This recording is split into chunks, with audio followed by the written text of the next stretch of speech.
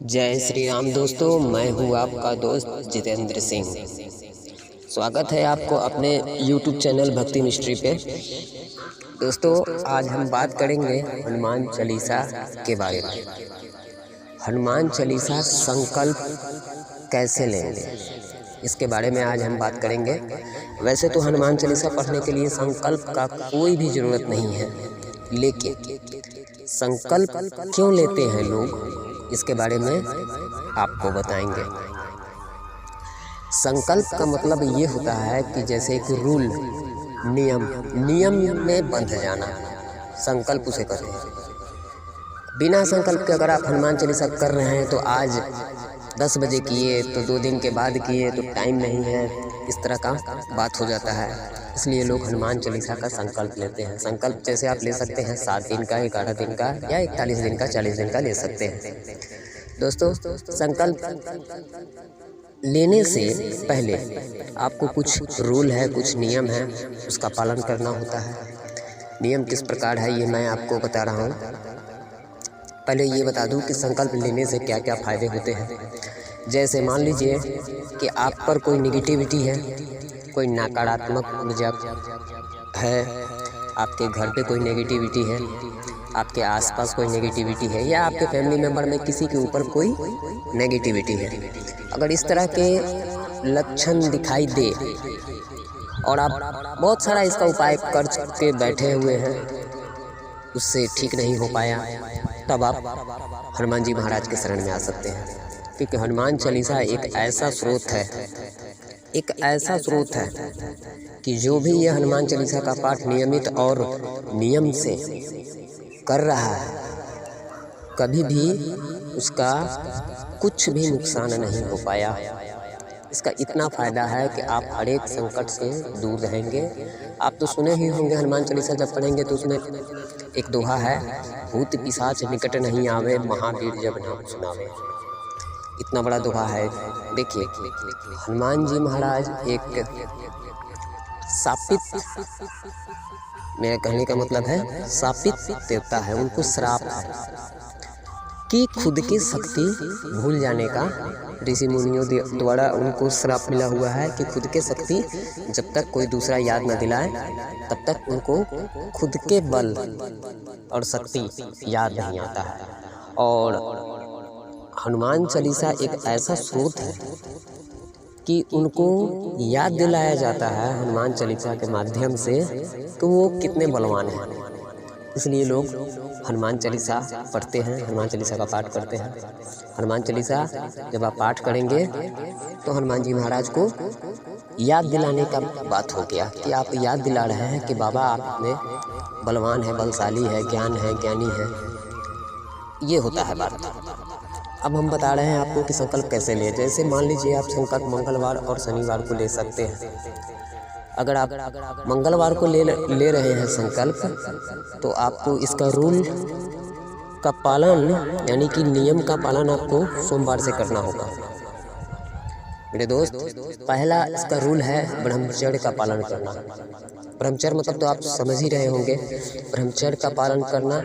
दूसरा रूल कि आप ना ही कोई गंदा चीज़ सोच सकते हैं, ना ही कोई गंदा चीज़ आप देख सकते हैं, ना ही किसी के बारे में आप गंदा बोल सकते हैं। ये होता है रूल। आपको मतलब ये इन सब चीज़ों से दूर रहना है, पहला नियम। दूसरा, आप अगर शराब का सेवन करते हैं, दारू का सेवन करते हैं, कोई मदिरा पान करते हैं, या फिर कोई नॉनवेज खाते हैं, मांसाहार भोजन करते हैं, तो आपको ये चीज़ को छोड़ना होगा। और तीसरा है कि आप अपने घर में जितना दिन भी आप संकल्प लेंगे, जितने दिन का, उतना दिन लहसुन प्याज का सेवन नहीं करना है। आप चाहें तो संकल्प जो है कि अगर घर में कोई ना माने, ज़बरदस्ती खा रहे हैं, तो कोई बात नहीं है, आप मत खाइए। ये होता है संकल्प का नियम। और अब सवाल आता है कि संकल्प कब ले, सुबह ले या शाम में ले। तो देखिए, अभी तो बहुत काम काज का ज़माना चला हुआ है। आपको जब समय मिल रहा है, जैसे कि सुबह में समय मिल रहा है तो सुबह में लीजिए, शाम को मिल रहा है तो रात में 8 बजे के बाद बेटर टाइम है। बहुत ही बेटर टाइम है। और सुबह 4 बजे बेटर टाइम है हनुमान जी महाराज की पूजा के लिए। और बता दें आपको कि संकल्प किस तरह लेंगे। देखिए, सबसे पहले तो हनुमान जी महाराज के लिए एक फ़ोटो रखिए राम दरबार का, जिसमें हनुमान जी महाराज बैठे मुद्रा में होते हैं। फ़ोटो लेने के बाद फ़ोटो को अपने समक्ष रखिए, एक लाल आसन बिछा लीजिए और आप लाल वस्त्र भी धारण कर लीजिए। लाल वस्त्र आप धारण कर लीजिए। 2 कलश रखिए। एक कलश में आप जल रखिएगा। अगर आप 7 दिन का ले रहे हैं तो 7 दिन तक उस कलश को आपको स्पर्श नहीं करना होगा, छूना नहीं होगा। अगर 11 दिन का ले रहे हैं तो 11 दिन तक आपको उस कलश को स्पर्श नहीं करना होगा। उसके बाद एक जल लीजिए जो आप भोग लगाएंगे। तो भोग जब आप लगाएंगे तो उनको तो जल भी तो दे दीजिएगा, जल भी तो अर्पित करना होगा आपको। तो एक उसके लिए हो गया। और 1 गिलास पानी रखिएगा। अगर आप खुद के लिए कर रहे हैं तो खुद हनुमान चालीसा का पाठ करके आप वो जल को पी सकते हैं, या किसी दूसरे के लिए कर रहे हैं तो जिनके लिए कर रहे हैं उनको पिला सकते हैं 7 दिन तक। ये रूल हो गया। अच्छा, और दूसरा रूल कि संकल्प ले कैसे, तो चलिए बता रहे हैं कि जो कलश वाला जल है, जिसको 7 दिन नहीं छूना है, उस जल से फर्स्ट टाइम आप बाएं हाथ से कलश लेंगे और दाहिने हाथ में जल को लेंगे और अपना गोत्र, नाम, डेट, जिस दिन आप कर रहे हैं उस दिन का, कहाँ आप रहते हैं वो जगह का नाम, ये बोलकर और किस कारण से संकल्प ले रहे हैं, आपका क्या मनोकामना है, ये बोलकर उनके चरणों में जल को छोड़ दीजिए। ये आपका हो गया। और ये संकल्प का जो काम है आपको टोटली एक ही बार करना है, एक ही दिन करना है, एक ही बार करना है। हाँ, एक बात और है कि अगर आप 7 दिन का ले रहे हैं तो 7 बार डेली 7 दिन तक 7 बार हनुमान चालीसा का पाठ करना होगा। अगर 11 दिन का ले रहे हैं तो डेली 11 बार 11 दिन तक हनुमान चालीसा का पाठ करना होगा।